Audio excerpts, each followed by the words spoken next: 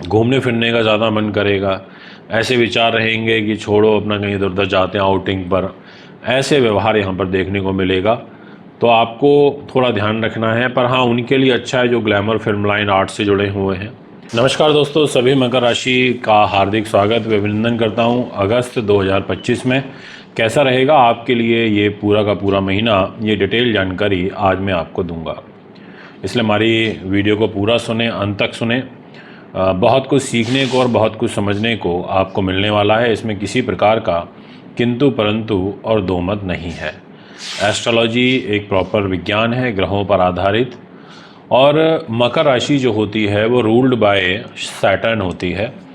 और आप सभी जानते हैं कि 13 जुलाई को शनि ग्रह वक्री हो गए हैं, यानी कि उल्टी चाल उन्होंने चलना प्रारंभ कर दिया है। अब ऐसी स्थिति में शनिदेव आपको क्या रिजल्ट देंगे, ये जानकारी मैं आपको दूंगा। इसलिए वीडियो को पूरा ही सुनना उचित रहेगा। और एक अपडेट भी है, वो ये कि सावन का महीना जो भी शुरू हुआ है, इस महीने में रुद्राभिषेक कराने से बड़े ही बेहतरीन शुभ फल प्राप्त होते हैं। तो इसलिए अगर आप ने अभी तक अभिषेक बुक नहीं कराया तो आप ज़रूर कराएं। भोले बाबा को प्रसन्न करें। आपके जीवन में किसी भी रूप में शनि की 7.5 ढैया, राहु केतु का प्रभाव या कोई भी दोष बना हुआ है तो आप एक बार रुद्राभिषेक, नवग्रह शांति, हवन करा के आप ग्रहों को प्रणाम कर सकते हैं और ये प्रार्थना कर सकते हैं कि हे प्रभु अपना आशीर्वाद हमें प्रदान करें। बात करूँगा आपसे सबसे पहले कैरियर के दृष्टिकोण से। कैरियर की जो जिम्मेदारी है वो आ जाती है शुक्र के पास। शुक्र ने कहा कि देखिए मैं आपको कैरियर दूंगा, और शुक्र कैरियर के लॉर्ड होकर के आपके 6ठे भाव में बैठ गए।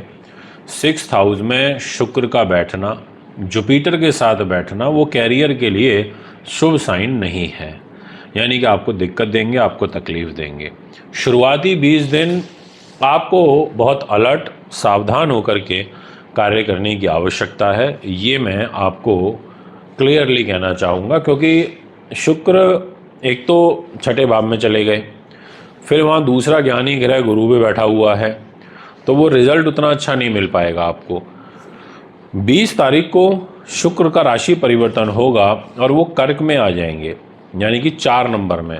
तो वो ट्रांजिट जो हो रहा है ना, वैसे तो वो भी कोई खास फेवरेबल नहीं है क्योंकि वो चंद्रमा के घर, शत्रु के घर आ रहे हैं, बट वहाँ से उनका चतुर्थ केंद्रीय प्रभाव तुला राशि पे रहेगा, और वो भी अपने मित्र, अपनी खुद की राशि के ऊपर रहेगा, तुला राशि के ऊपर, तो फेवरेबल है।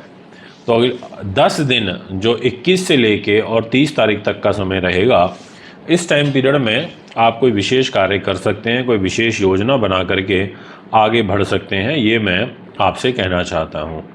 दोस्तों देखिए, अगर गुरु शुक्र इकट्ठे बैठे हों तो चरित्र के लिए भी ठीक नहीं रहता है और स्वास्थ्य के लिए भी ठीक नहीं होगा, क्योंकि 6ठे भाव में बैठे हैं। और बेफिजूल में पराई स्त्री या पराई पुरुष, अनजान लोग से जल्दी से घनिष्ठता, मित्रता मत करिएगा। यह आपके लिए अच्छा साइन नहीं है। मैं आपसे बात करना चाहूँगा आपके मान सम्मान की, आपके व्यक्तित्व की। इस घर का जो डिपार्टमेंट है वो शनि के पास है। शनि ने कहा मैं आपको मान सम्मान दूंगा, आपको व्यक्तित्व दूंगा, आपको खूब ऊंचाइयों पर लेके जाऊंगा, महत्वाकांक्षी बनाऊंगा।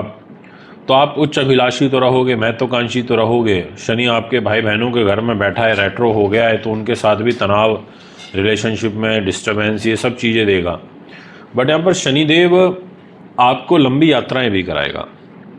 आपको वायु यात्राएं, रेल यात्राएं, लंबी दूरी की यात्राएं जो आपके लिए बहुत ज़्यादा आनंददायक और सुख में साबित नहीं हो पाएंगी। आप महसूस करेंगे कि दिक्कतें आ रही हैं। परिवार की अगर हम बात करें तो राहु ग्रह बैठ गए। राहु ने कहा भैया मैं परिवार के घर में बैठा हूँ, तो वैसे भी राहु परिवार के साथ आपका रिलेशन ख़राब करेंगे। इसके अलावा आपकी वाणी पर राहु बैठ करके आप थोड़ा झूठ बोलने लगेंगे। प्रवृत्ति ऐसी बन जाएगी कि आप कहीं ना कहीं सच नहीं बोल पाएंगे, ऐसी ग्रह स्थिति दिखाई देती है। राहु ग्रह परिवार में और वाणी के घर में बैठ करके आपको धन से भी थोड़ा सा दूरी बनाएंगे। अलगाववादी ग्रह है, धन आता हुआ रुकेगा, फंस जाएगा, ऐसी ग्रह स्थिति भी नज़र आ रही है। तो आपको योजनाबद्ध तरीके से कार्य करने की ज़रूरत है, ये मैं आपसे कहना चाहूँगा। और मान सम्मान और धन, परिवार, ये सब चीज़ें आपको सुरक्षित करने की ज़रूरत है, क्योंकि मंगल की दृष्टि भी शनि के ऊपर है। तो अब मैं आपसे बात करूंगा आपकी एजुकेशन पॉइंट ऑफ व्यू से। तो एजुकेशन में भी कोई ऐसे खास विशेष शुभ साइन तो मुझे नहीं नज़र आ रहे हैं। वो घर भी मुझे कमज़ोर नज़र आ रहा है, यानी कि उतना कंसंट्रेट नहीं कर पाओगे, घूमने फिरने का ज़्यादा मन करेगा, ऐसे विचार रहेंगे कि छोड़ो अपना कहीं इधर उधर जाते हैं आउटिंग पर, ऐसे व्यवहार यहाँ पर देखने को मिलेगा।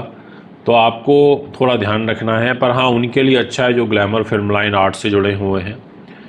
इसके अलावा अगर मैं बात करूं सुख साधनों से रिलेटेड चीज़ों की, प्रॉपर्टी, वाहन, ये देखिए व्यक्ति की इच्छा होती है कि मैं कुछ अच्छा अर्जित करूं, कोई नई चीज़ परचेज़ करूं, ऐसा एक स्वाभाविक व्यवहार हमारे मन में बनता है।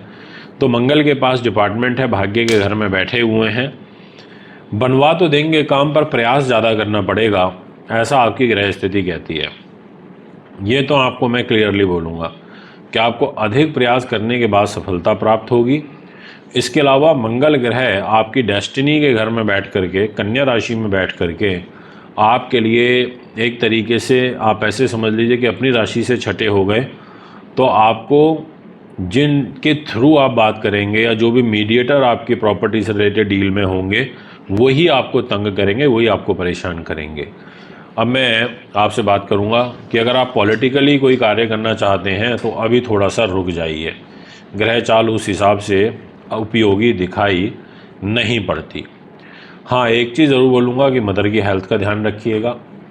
दाम्पत्य जीवन जो बहुत बड़ा महत्वपूर्ण रोल प्ले करता है हमारी लाइफ में, आप देखेंगे जहाँ 4 नंबर मेंशन है वहाँ सूर्य भी है और वहाँ बुध भी है। अब ऐसी स्थिति में सूर्य का यहाँ पर बैठना ये मेरी लाइफ के लिए तो अच्छा साइन नहीं है, बुध का यहाँ बैठना शत्रु के घर में वो भी मेरी लाइफ के लिए साइन अच्छा नहीं है। बट जब 20 अगस्त को रात को यहाँ पर शुक्र आएंगे तो 20 तारीख के बाद आपका अपना निजी जीवन बेहतर होना शुरू होगा, चीज़ें थोड़ी सुधरनी शुरू होंगी, ऐसा आपकी कुंडली में ग्रह चाल मुझे नज़र आ रही है। अगर बात करी जाए आपकी डेस्टिनी की, तो डेस्टिनी का लॉर्ड मरकरी है। मरकरी चला गया आपके 7th हाउस में, यानी कि जितने भी IITian हैं, कंसल्टेंट हैं, या जो भी कंप्यूटर से रिलेटेड, टेक्नोलॉजी रिलेटेड वर्क करते हैं, उनको यहाँ पर थोड़ा सा रिलीफ मिलेगा, सहूलियत मिलेगी, ऐसा आपके कुंडली यहाँ पर इशारा करती हुई नज़र आ रही है। अगर मैं बात करूँ बड़े भाई बहनों के दृष्टिकोण से, तो वो भी मुझे कोई ख़ास विशेष ठीक नहीं नज़र आ रहा, यानी कि आपको उनकी तरफ से भी कुछ ना कुछ तनाव फेस करना पड़ सकता है, क्योंकि मंगल उतना अनुकूल अभी नहीं है। तो आपको एक तो स्वास्थ्य में ध्यान रखना है, पैरों का ध्यान रखना है, और बहुत ज़्यादा ओवर थिंकिंग नहीं करनी है, ओवर स्ट्रेस नहीं लेना है। बस ये सोचिए ठीक है जो हो रहा है इसको फेस करेंगे। और इस महीने ग्रह चाल उतनी अनुकूल नहीं है, ये मैं आपको क्लियर बताऊं, तो थोड़ा सा भगवान शिव की पूजा पाठ, दान पुण्य, सोमवार के दिन व्रत, ये सब चीज़ों का भी सहारा लीजिए ताकि आपको आगे के लिए रिलीफ मिल सके। दोस्तों, ये है आपका ग्रह गोचर, आपका फल। अगर आप भी कुंडली बनवाना चाहते हैं, दिखाना चाहते हैं, पूजा पाठ रत्न रुद्राक्ष लेना चाहते हैं, तो आप हमें संपर्क कर सकते हैं। एक बार पुनः आगामी कार्यक्रम में आपके बीच में उपस्थित होऊंगा। अभी आपसे इजाज़त चाहता हूँ। नमस्कार। सावन का महीना शुरू होने वाला है। आज बुक करें अपना रुद्राभिषेक और करें भगवान शिव को प्रसन्न। जल्दी करिए, लिमिटेड स्लॉट बचे हैं।